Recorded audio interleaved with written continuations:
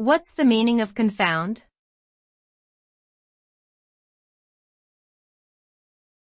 Confound.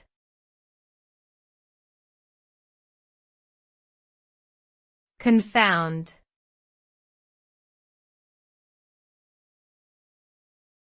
Confound.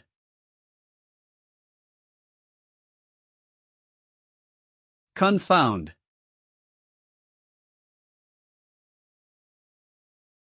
The word confound can have several meanings depending on the context in which it is used. Generally, it means to cause confusion or mix up different things to a point where they become indistinguishable. The end result of confounding can be quite chaotic and unpredictable, making it difficult to assess situations or draw meaningful conclusions. Confounding factors, for example, can make it challenging to establish causality in scientific studies. Overall, confound describes a state of disarray and uncertainty, where it becomes challenging to make sense of what's going on.